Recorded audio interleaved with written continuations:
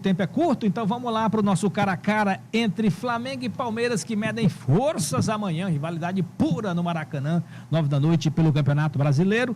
Vamos aí jogador por jogador para a gente aqui dar a nossa opinião. Quem são os melhores de cada time, né? Na telinha então a gente já tem aí, né? Flamengo e Palmeiras, jogador por jogador, goleiro por goleiro, tá aqui, à direita o Rossi e o Carlos Miguel. Ele colocou a foto que é mais difícil a gente reconhecer os caras, mas ele me ajuda aqui. Então começa com Pedro Jota. Quem é melhor dos goleiros do Palmeiras, o goleiro do Palmeiras ou do Flamengo, na sua opinião, no momento? Boa noite, Francinito. Boa noite, Dayton. Boa noite. E no momento, eu acredito que o Rossi leva uma vantagem em relação ao Carlos Miguel. Antes de perguntar ao Dayton, eu já dou minha opinião. Carlos Miguel tá muito melhor. O Rossi tá pegando frango. Já pegou 2 frangos aí, né, nos últimos jogos do Flamengo. Tem chiado a torcida. Para mim, o melhor nesse momento é o Carlos Miguel. Carlos Miguel, pela temporada que vem fazendo aí nos últimos jogos. O Rossi deu uma quedinha, não sei se por conta da agenda do Flamengo, ele caiu um pouco de produção. Mas Carlos Miguel tá melhor. Vamos para a lateral direita, Varela do Flamengo e Giai, argentino do Palmeiras. PJ, rapidinho, PJ, vamos correr. Varela. Varela também é a minha opinião, porque o Uruguai está numa fase melhor. O Giai é até improvisado nessa posição. Varela. Vamos para a zaga, Danilo. Essa aí é a provável escalação, viu, gente? Do Flamengo e do Palmeiras. Como é que é? Léo Ortiz, né? Léo Ortiz. Gustavo Gomes. Tá certo, Léo Ortiz. Léo Ortiz e Gustavo Gomes. Gustavo Gomes. Gustavo Gomes também.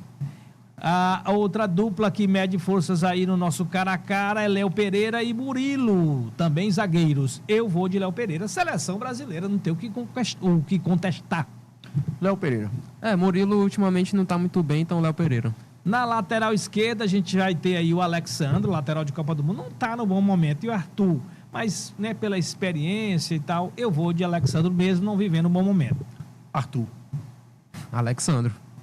Vamos para o meio-campo. Aí nós temos o garoto Everton Araújo. O garoto tem 23 anos, né? Já não é tão garoto assim, mas faz uma boa temporada. E tem o Marlon Freitas. Eu vou de Marlon Freitas, mais segurança.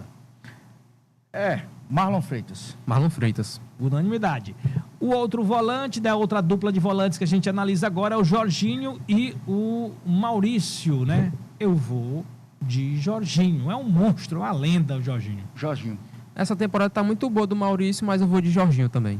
Muito bem, aí agora a gente tem já outro jogador de meio campo, outra disputa de meio campo, Paquetá e André. Eita, essa disputa aí é acirrada, né? Paquetá e Andréas Pereira. Olha, o Andréas Pereira é um ótimo jogador, mas o Paquetá, Premier League, se provou mais. Eu acho que o Paquetá tá melhor no momento. Mas o Andrés também jogou Premier League. Jogou, mas ele foi, um Paquetá, na minha opinião, foi melhor na Premier League. Eu vou de Andrés. Eu vou de Andrés Pereira também. Pelo momento que vive, ele está um pouco... Até porque o Paquetá ficou um pouco ausente dos jogos. E o argumento de que os dois estavam na pré-lista do Ancelotti, o Ancelotti escolheu o Paquetá e deixou fora o Andréas Pereira. Acredito que eles fazem, às vezes, posições diferentes também. Por exemplo, o Andréas Pereira, ele joga um pouco mais... em uma posição diferente do Lucas Paquetá, talvez por questão de opções mesmo é que o Lucas Paquetá foi, mas para mim o Andréas Pereira tá melhor. Vamos então pro ataque. No Flamengo a gente tem aí o Luiz Araújo, que deve ser titular, e o Alan, garoto do Palmeiras, muito bom jogador. Eu vou de Alan, porque o Luiz Araújo é um jogador que oscila demais. Tem jogo que ele não faz nada, não ajuda em nada. Tem jogo que até rende. Eu vou de Alan. Eu vou de Alan também. Vamos para outra posição no ataque, aí mais a ponta esquerda, nós temos Samuel Lino e John Arias, o colombiano. John Arias também. John Arias, qualidade técnica. É outro jogador também que ainda não se provou no Flamengo. E aí nós temos na última peça do nosso cara a cara, Pedro e Flaco Lopes. Aí é briga de cachorro grande, viu? 2 bons jogadores, mas eu vou de Pedro. E depois que o homem cortou o nome dele da seleção brasileira, ele tá feito a peste, tá jogando muito. Eu vou de Pedro. Flaco pela consistência. O Pedro teve um pouco do trabalho dele atrapalhado na última temporada. E o Flaco manteve, do ano passado para cá, a mesma consistência. Exato. E ele evoluiu muito, né? Mas, dito isso, acho que o futebol do Pedro, ele me impressiona mais e tá jogando muito ultimamente, então eu vou de Pedro. Muito bem, encerramos o nosso cara a cara aqui, né? Quem deu mais aí, produção? Que deu mais jogador do Flamengo ou do Palmeiras? Você anotou?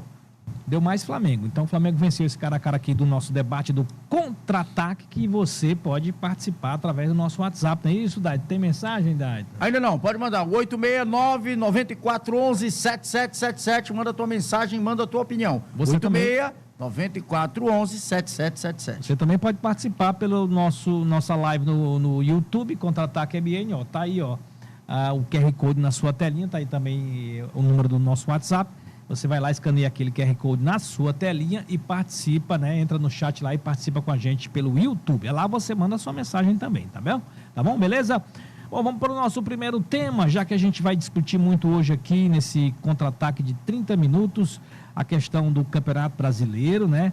Temos aí um duelo de gigantes, não vale liderança, porque o Palmeiras mesmo perdendo, se perder, não vai perder a liderança, mas o Flamengo encosta, né? Então, quem chega melhor para o jogo de amanhã?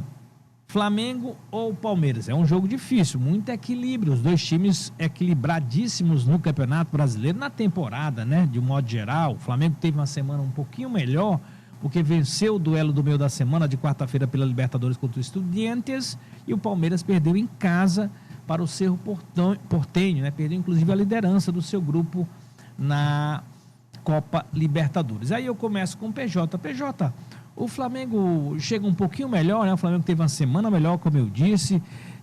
O Palmeiras vem de empates no Campeonato Brasileiro e tem aí uma pressãozinha para cima do Abel. Parte da torcida, algumas torcidas organizadas, insatisfeitas com os resultados do Palmeiras recentes.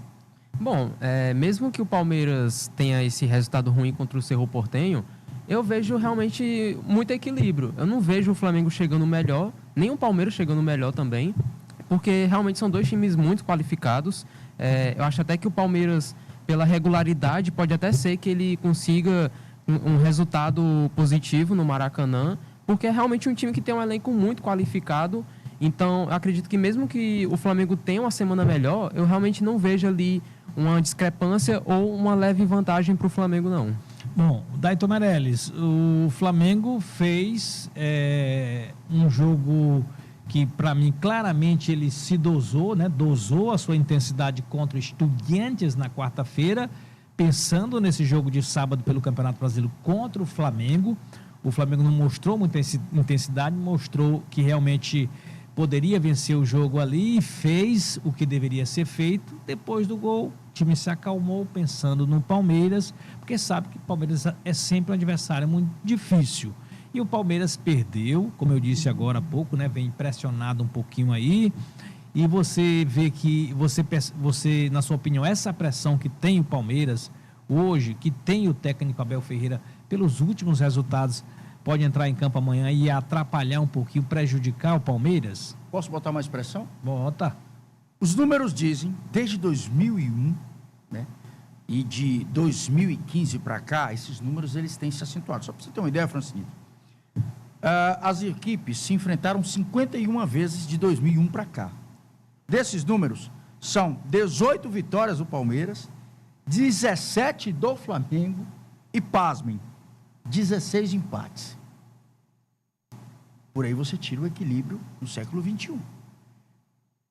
Das últimas competições, principalmente Libertadores, que se fala que os dois são os dois melhores times da América do Sul ultimamente, quando não é Palmeiras, é Flamengo. Os 2 pontos que correram por fora foi 23 Fluminense e 24 Botafogo.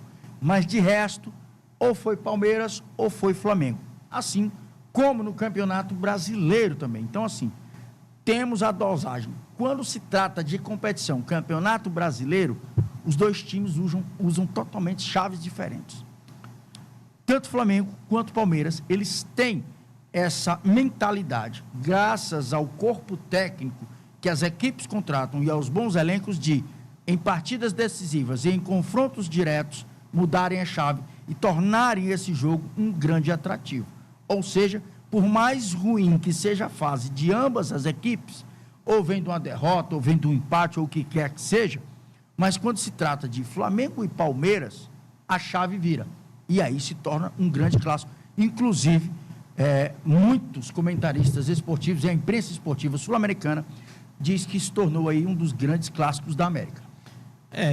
Os últimos anos mostraram isso. Estamos convivendo aqui com uma espécie de espanholização. Esse termo já vem sendo propalado no futebol brasileiro há alguns anos. Só os números da Libertadores que eu falei de competições, Francinito. Na Libertadores, o Flamengo e o Palmeiras, todos os dois têm 3 títulos.